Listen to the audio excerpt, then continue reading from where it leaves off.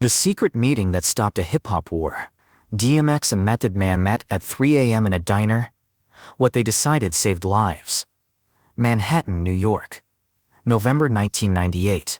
3:17 a.m. The diner was nearly empty. Just a waitress refilling coffee and two men in a back booth who didn't want to be recognized. DMX arrived first. Hood up, head down. Slid into the booth facing the door. Old habit. Always watch the entrance. Always have an exit route. Method Man walked in 3 minutes later. Same caution. Same awareness. Scanned the room. Saw X. Nodded. Sat across from him.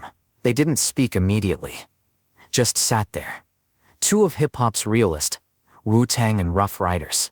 Clans that were supposed to be enemies. Soldiers in a war neither of them wanted. The waitress came over. Coffee? Yeah, they both said. She poured. Left the pot. Walked away. She'd worked this diner long enough to recognize the "don't interrupt us" energy. DMX spoke first. You know why we here? Yeah. This shit is getting stupid. Facts. They were talking about the war. The one brewing between Wu-Tang Clan and Ruff Ryders. The one the industry was pushing. The one the streets were ready to fight. The one that would end with bodies if someone didn't stop it. It had started small. Like these things always do. A perceived slight. A perceived slight. A misunderstanding. Someone from Wu-Tang said something about Ruff Ryders. Someone from Ruff Ryders responded. Back and forth. Escalating. Getting uglier. Then the affiliates got involved. Friends of friends. Street cats. Who wanted to prove loyalty. Who saw opportunity in conflict. Who had nothing to lose and everything to prove. Then the media got involved. Magazines printing rumors. Radio stations playing telephone. Wu-Tang says this. Ruff Ryders says that. Most of it bullshit. All of it profitable. By November 1998, it was bad. Crews were choosing sides. Cities were dividing up. New York was splitting into territories. Shows were getting canceled because promoters feared violence. Studios were becoming dangerous. The streets were tense. The timeline of escalation was documented. Everyone remembered when it went from words to something more serious. August 1998. A Wu-Tang affiliates chain got snatched at a club in the Bronx, Ruff Ryders territory. The affiliate claimed it was retaliation. For what? Nobody could say. But the story spread. Wu-Tang took it as disrespect. September 1998. A Ruff Ryders artist got into a confrontation outside a studio in Staten Island. Wu-Tang territory. Punches thrown.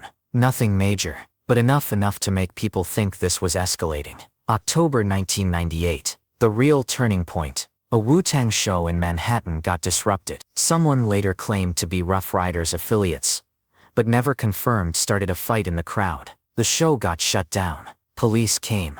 Arrests were made. Nobody from either crew, just street kids claiming sets. But the media ran with it. Wu-Tang versus Ruff Ryders. Hip-hop's next civil war. Headlines in every magazine. Interviews asking both sides to comment. Radio hosts picking sides. DJs playing up the conflict. The affiliates on both sides started moving. That was the dangerous part. Not the actual artists, but the street cats. The guys who hung around the crew, who claimed the names, who saw opportunity in conflict. A guy who knew Ghostface started talking about handling Ruff Ryders. A kid who'd met DMX once started threatening Wu-Tang on the street. None of it authorized, all of it dangerous, because that's how people die. Not from beef between actual artists, but from affiliates trying to prove loyalty to crews that didn't even know their names. Record labels noticed. Some executives saw opportunity. More conflict meant more sales. Controversy sold. They started making calls, suggesting to both camps that they address the situation in their music. Plant seeds. Fan flames. One executive who years later admitted this in an interview, actually tried to set up a confrontation, booked both crews at the same venue on the same night, told each crew the other wasn't coming, hoped for a clash, for cameras to catch it, for the beef to become undeniable. It didn't work. Someone caught wind of it. Show got cancelled. but the fact that it was attempted showed how deep the industry investment was. Radio shows started taking sides. Hot 97 in New York was divided. Some DJs played more Wu-Tang. Others pushed Rough Ryders harder. Every interview became a minefield. What do you think about Wu-Tang? What's your response to Rough Ryders? The Midwest and West Coast watched nervously. Everyone remembered Biggie and Pac. March and September 1997. Two legends gone. The funeral of hip-hop innocence. Nobody wanted that again. But momentum has gravity. And this conflict had momentum. DMX was tired of it. He'd seen too much violence. Yonkers streets had taught him the cost of beef. Stupid shit got people killed. Territory. Perceived disrespect. He'd lost friends to all of it. Wasn't about to lose more. Method Man felt the same. Staten Island had its own history of violence. Wu-Tang had seen members struggle with street issues. The last thing they needed was manufactured beef, pulling them back into patterns they'd worked to escape. But both of them also understood. You can't just say stop and expect it to stop. The streets don't work that way. The industry doesn't work that way. You need a plan. You need a move. You need something bigger than words. That's what led to the call. Mid-November, DMX's phone rang. Blocked number. Yo, it's Meth. Pause. They knew each other, had mutual respect, but weren't tight. Different crews, different worlds. This call meant something. What's good? We need to talk. In person. Just us. When? Tonight. 3 a.m. I'll text you the address. Oh wait. No explanation needed. They both knew what this was about. The only question was whether they were both willing to do what needed to be done. And everyone was watching DMX and Method Man. The two biggest stars. The two most respected. The two who could start or stop this war with a word. The industry wanted them to fight. More conflict meant more sales. More drama meant more coverage. Another East Coast war meant another boom site. Biggie and Pac had just died. 1997. Both gone. And already the machine was looking for the next casualties to profit from. But DMX and Method Man weren't interested in being sacrifices. I got a call yesterday, Method Man said. From Arzia. He's hearing shit. People in Staten Island talking about rolling on Yonkers. Young cats, trying to make names. I'm hearing the same. Swizz called me, said people in the Bronx talking about hitting Wu-Tang shows. Revenge for some shit that didn't even happen. It's all bullshit. But bullshit gets people killed. They sat in silence. Two men who'd seen enough violence, who'd lost enough friends, who knew how this story ended if nobody stopped it. Method Man had watched Biggie and Pac destroy each other, had seen the East-West war tear hip-hop apart, had watched two legends die over manufactured beef that benefited everyone except the two men who died. DMX had grown up in violence. Yonkers streets, group homes, the system. He'd fought his whole life. But he'd also watched people die over nothing. Over pride, over perceived disrespect, over territory that nobody really owned. Neither of them wanted to repeat history. We stop it. DMX said. Tonight, right now, me and you. How? We decide it's over. We tell our people. We make it clear. Anyone who keeps pushing this shit is out. No Wu-Tang. No Rough Ryders. Just out. Method Man nodded slowly. Ours, yeah. We'll back it. He's tired of this too. Whole clan is. We're trying to build. This beef shit is just distraction. Same with Rough Ryders. Swizz D. Wah.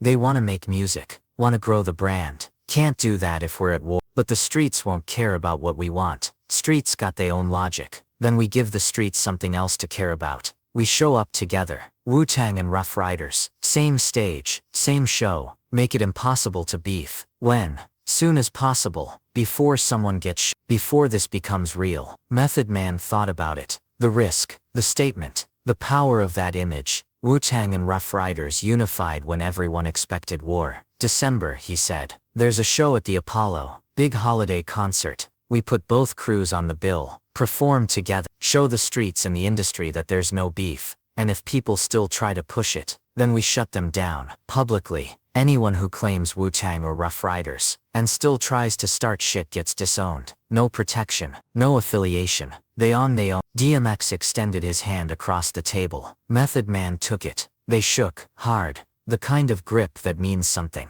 This stays between us, Method Man said. Can't let the industry know we're coordinating. They'll try to stop it or monetize it. Or turn it into something else. This is about the culture, about keeping people alive. Fuck the industry. They sat for another hour, planning, strategizing, figuring out how to message this to their respective crews, how to frame it to the streets, how to make sure the piece held. The waitress refilled their coffee 3 times, never asked questions, just poured and walked away. Years later she'd tell people about the night 2 rap legends met in her diner, and planned something important, but that night, she just knew to give them space. At 4:30 a.m., they left, separately, 3 minutes apart. DMX first, then Method Man. Same way they'd arrived, cautious, aware, but now with purpose. Over the next 3 weeks, they worked behind the scenes. Method Man talked to RZA. RZA talked to the clan. Ghostface, Raekwon, Inspector Deck, You God, Masta Killa, Capadonna. Everyone. The message was clear. No beef with Rough Riders. Anyone pushing conflict was acting alone. DMX talked to Swizz Beatz. Swizz talked to the Ryders. Jadakiss, Styles P, Sheek Louch, Eve, Dragon. Same message. No beef with Wu-Tang. Peace was official. But the streets didn't get the memo immediately. Tensions were still high. People had invested in the conflict, had chosen sides, had prepared for war. There were incidents. A Wu-Tang affiliate's car got shot up in the Bronx. A Rough Riders associate got jumped in Staten Island. Nothing fatal, but close. DMX and Method Man stayed in contact. Daily calls, making sure things didn't spiral, checking in with their people, putting out fires. Then came the Apollo show, December 18, 1998. The venue was packed, everyone wondering what would happen. Wu-Tang and Rough Riders on the same bill. First time since the tensions started. Would there be violence? Would crews clash? Would this be the night the war became real? Wu-Tang performed first, killed it, 30-minute set, classics, energy. The crowd was with them. Then Rough Riders. DMX came out with Eve, Jadakiss, Styles P, raw aggressive, perfect. Another 30 minutes of fire. Then something happened that nobody expected. DMX brought Method Man out, on stage, during a Rough Riders set, and they performed together. Dogs Out remix they'd worked on but never released. 2 minutes of pure hip-hop. 2 crews, 1 stage, 1 love. The crowd went insane, not because of the performance, though it was fire, but because of what it meant. The statement, the image, Wu-Tang and Rough Riders, together, unified. After the song DMX grabbed the mic. Listen, me and Meth got something to say. The venue went silent. You could hear breathing.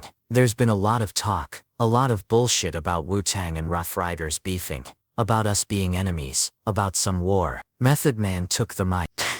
That shit is over. It was never real. Industry tried to make it real. Streets tried to make it real. But me and X, we're brothers. Wu-Tang and Rough Riders, we're family. DMX, anyone who tries to keep pushing this beef, you don't represent us. You're not Wu-Tang. You're not Rough Riders. You're just trying to start some shit that ain't got nothing to do with hip-hop. Method Man, we lost Biggie and Pac to this bullshit. We're not losing anybody else. The beef is dead. Hip-hop is alive. Choose which one you want to support. They embraced on stage. Long.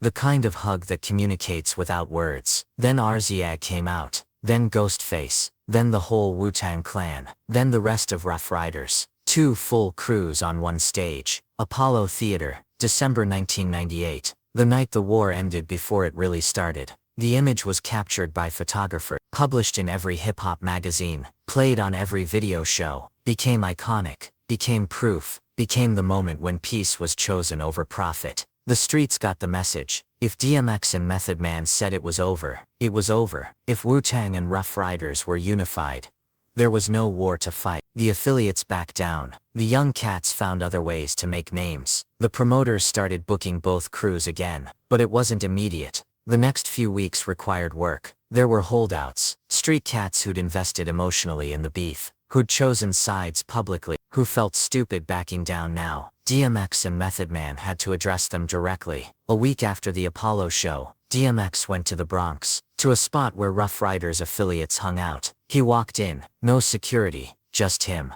I'm hearing some of y'all still wanna push this Wu-Tang shit. Let me be clear, anyone who does that is not Rough Riders. You're out. No protection, no name, nothing. This beef is over. I ended it. You gonna respect that or you gonna be on your own? The room was silent. Nobody challenged him. Because this was DMX, and when he said something you listened. Method Man did the same in Staten Island. Walked into a spot where Wu-Tang affiliates gathered. No crew, just him. The Ruff Ryders beef is done, he said. Anyone still pushing it doesn't represent Wu-Tang. RZA co-signed this, whole clan did. You wanna keep going, do it on your own, but don't claim Wu. We're not doing this.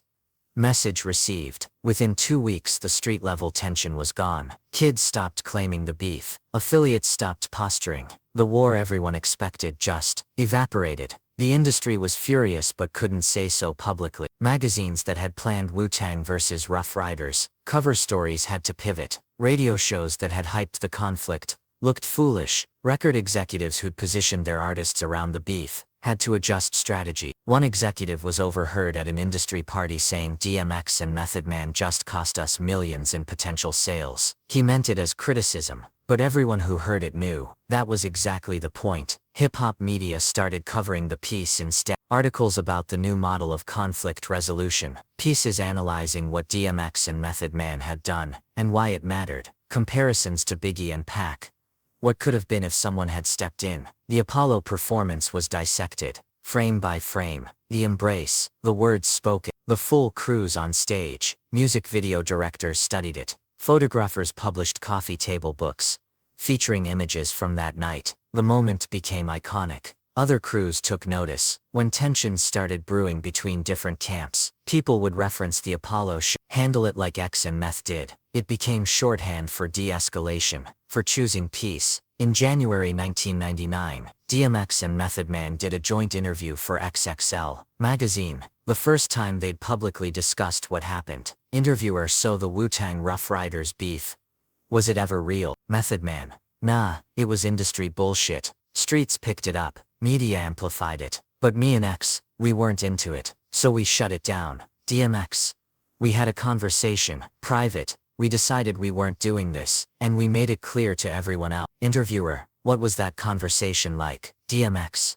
real, honest. Two men who've seen too much violence, deciding they weren't gonna add to it. That's it. Method Man: we met late night, talked about what we'd seen happen with Biggie and Pac, talked about how the industry profits from our deaths, decided we weren't giving them that. Interviewer: the Apollo show, whose idea was that? Method Man: both of us. We needed something public, something undeniable. Couldn't just be words, had to be action. DMX: so we did. Put both crews on stage, performed together, made it impossible for anyone to say we were beefing. The interview ran with photos from the Apollo show. The issue sold out, got reprinted 3 times. People wanted to understand what had happened, how a war had been prevented, how peace had been chosen. In March 1999, Wu-Tang and Ruff Ryders announced a joint tour, Unity Tour, 20 cities.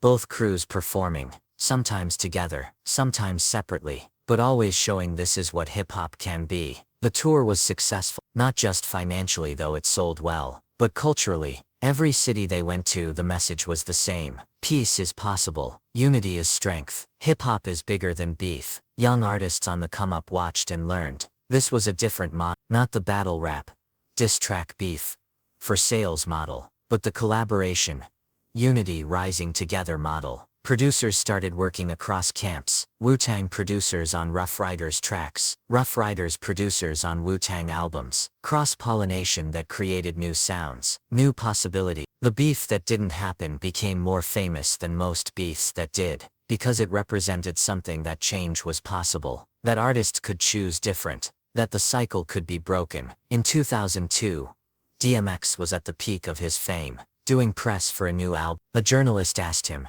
do you ever think about what would have happened if you and Method Man hadn't stopped the Wu-Tang Ruff Ryders beef? DMX got quiet, thought about it. Then people would be dead. That's what would have happened. Young cats trying to prove loyalty. Affiliates doing stupid maybe someone from Wu, maybe someone from Ryders, maybe both. And for what? For the industry to make money. For magazines to sell. Nah, me and Meth weren't giving them that. We chose life. In 2010, Method Man did a podcast, talked about the Apollo show. That was one of the most important nights of my career. Not because of the performance, because of what it represented. Because me and X decided that hip-hop was more important than egos, that lives were more important than sales, that we had power to choose different. And the industry was furious. They'd been building toward this conflict for months, had invested in the narrative, had positioned it as the next big story, and DMX and Method Man had shut it down in one night. But the culture was great. People who'd been dreading another Biggie Pac situation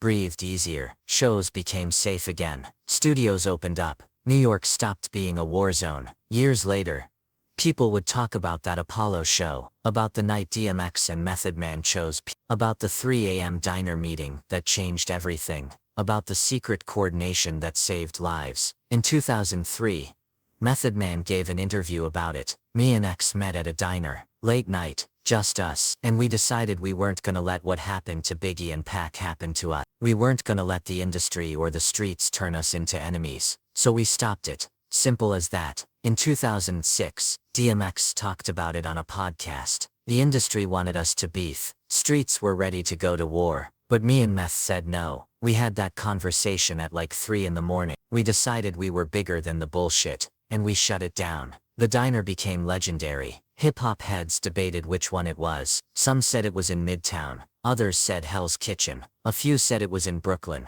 DMX and Method Man never said, kept it secret, kept it sacred. But everyone agreed on what it represented. Two men, two crews, choosing life over death, choosing culture over commerce, choosing peace over profit. The Apollo performance became a template. When other beefs started brewing, and they always did, people would reference, remember when X and Meth shut down the Wu-Tang Rough Ryders shit? That's what real leaders do. When Ja Rule and 50 Cent started beefing in the early 2000s, people wished they'd taken the DMX Method Man approach. When the Game and Yukmouth had issues, same thing. When any beef threatened to spiral, the Apollo show was held up as the alternative. DMX and Method Man had created a new model: conflict resolution through unity, de-escalation through strength, peace through leadership. The two crews worked together.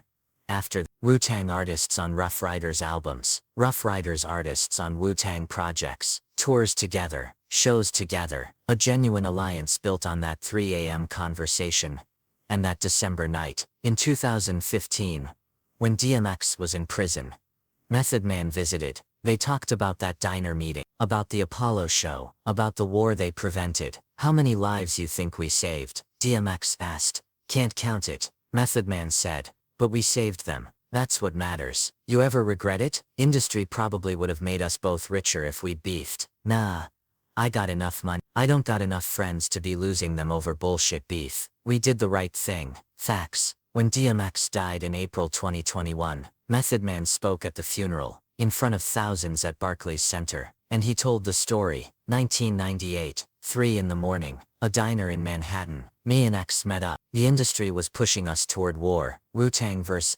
Rough Ryders. Everyone wanted us to beef. Everyone except us. So we said no. We decided that night, we're not doing this. We're not repeating Biggie and Pac. We're not giving them that. And we didn't. We shut it down. Together. That's who X was. A man who chose peace when war would have been easier. A man who chose life when death was profitable. A man who understood that hip-hop was bigger than any beef. That's the X I knew. That's the brother I lost. That's the legend I'll always remember. The Barclays crowd.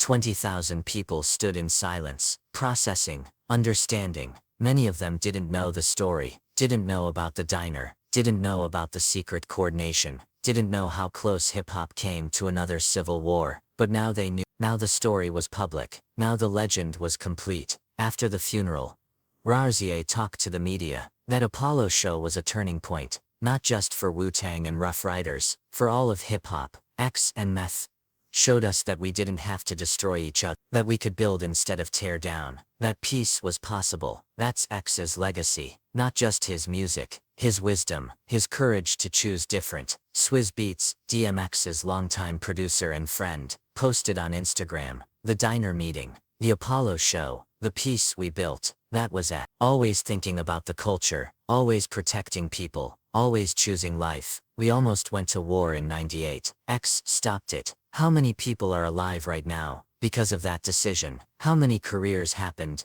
Because we didn't destroy each other. That's legacy. That's power. That's love. The story spread. Hip-hop historians wrote about it. Documentaries referenced it. The diner became a pilgrimage site for some fans. The Apollo show was studied in hip-hop classes, and every time beef threatened to spiral in hip-hop, someone would reference it. Remember DMX and Method Man. Remember the diner. Remember the Apollo. That's how you handle it. The lesson was simple but profound. Leadership means choosing peace when war is easy. Strength means de-escalation. Power means protection. Culture means caring about more than yourself. DMX and Method Man had learned it from watching Biggie and Pac die, from seeing East West destroy legends, from understanding the cost of manufactured beef, and they'd taught it to a generation, through a 3 a.m. meeting, through a secret coordination, through a public display of unity, through choosing life over death. The impact rippled for years. Concrete examples of lives saved, careers preserved,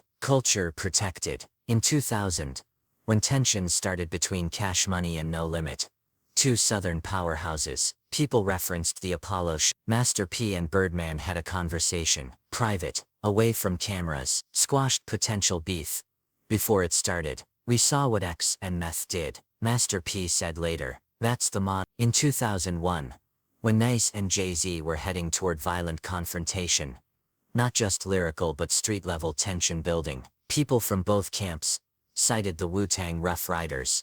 Resolution: the beef stayed lyrical, never became physical, nobody died, careers thrived. We learned from DMX and Method Man, a Jay-Z associate, keep it on wax, don't let it hit the streets. In 2003, when 50 Cent and J. Rule were beefing, and affiliates were getting involved, people wished they'd followed the X-Meth model. If they'd sat down like DMX and Method Man did, a promoter said, a lot of violence could have been avoided. The beef went too far, got physical, people got hurt, careers got damaged. The contrast was clear. Young artists coming up in the 2000s heard the story, the diner meeting, the Apollo show, the Unity tour. They understood, you didn't have to beef to be real. You could collaborate, you could build, you could rise together. Kendrick Lamar in a 2012 interview talked about it. When I learned about what DMX and Method Man did, stopping that war before it started, that influenced me. That's power, real power, not destroying each other,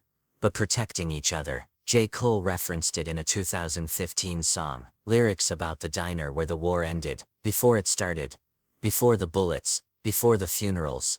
Two men choosing The song sampled audio from the Apollo show, DMX saying the beef is dead, hip-hop is alive, even outside hip-hop.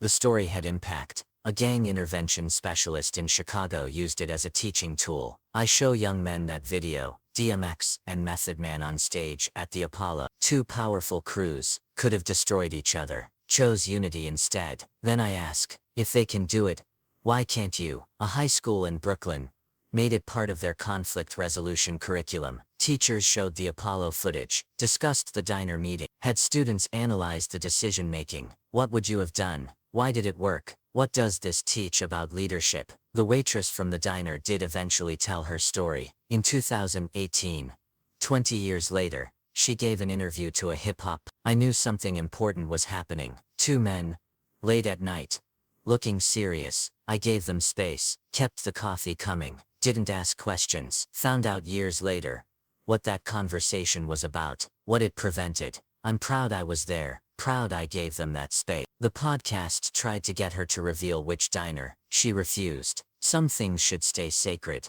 The location doesn't matter. What happened there does. Arzia wrote about it in his book The Tao of Woe, a whole chapter about November-December 1998, about the conversations within Wu-Tang, about Method Man's leadership, about the decision to choose peace. Meth came to us and said, this beef with Rough Ryders is manufactured, it's not real, and we're not participating. We supported him, all of us, because we'd seen what happened when beefs got real. We'd lost friends. We'd watched the culture tear itself apart. We weren't doing it again. And when Meth and DMX stood on that Apollo stage together, They were speaking for all of us. Swizz Beatz talked about it extensively in interviews, about DMX's role, about the courage it took. X could have made millions off that beef. The industry was ready to pay. Label wanted him to diss Wu-Tang on a track, offered bonuses, extra promotion. X said no, took the meeting with Meth instead, chose peace instead of profit. That's leadership, that's character. The Unity tour that followed became legendary, not just for the shows, but for what happened off stage. Wu-Tang and Ruff Ryders crews traveling together, eating together, sharing buses, building genuine relationships. GFZA and Jadakiss became close, worked on music together. Before the tour we barely knew each other, GFZA said. After we were family. That's what X and Meth created. Space for connection. Ghostface and DMX had deep conversations on that tour, about violence they'd seen, losses they'd experienced, how tired they were of we bonded over not wanting to lose any more brothers. Ghostface said, that tour wasn't just performances, it was healing. The model influenced how the industry operated. Some labels learned you couldn't force beef, artists would shut it down, crews would refuse to participate. The post-Apollo era was different, more collaboration, more unity, less manufactured conflict. Not that beef disappeared. It didn't. Hip-hop is competitive. Always will be. But the nature changed. More lyrical. Less violent. More contained. Less affiliated with street violence. And when beef did threaten to spiral into something dangerous, people invoked the DMX Method Man standard. Handle it like they did. Take a meeting. Choose peace. Think about the culture. The diner meeting entered hip-hop folklore. Like the Queensbridge ciphers. Like the Source Awards confrontation. Like the moment Eminem got signed. Moments that defined hip-hop history. Except this one was about preventing history. About stopping a war before it started. In 2016, VH1 did a hip-hop honors special. One segment focused on peacemakers. People who de-escalated conflicts, protected the culture. DMX and Method Man were featured prominently. They brought them on stage together, 18 years after the Apollo show, to honor what they'd done. Method Man spoke, "We didn't think we were making history. We just didn't want anyone to die. Didn't want to repeat Biggie and Pac. Didn't want our crews destroying each other over nothing. So we said no. Simple as that." DMX was struggling by then. Addiction, legal troubles, personal pain. But he was clear about this. That diner meeting with Meth, one of the best decisions I ever made. We saved lives. We protected hip-hop. We showed people a different way. I'm proud of that. Whatever else I did wrong in my life, I got that one right. The crowd stood. Ovation lasted 3 minutes. Because everyone understood.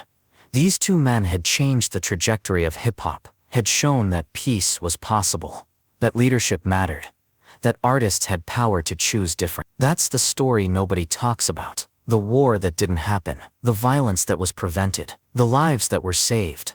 November 1998, a diner. 2 men, 1 decision. December 1998, the Apollo. 2 crews, 1 stage, 1 message.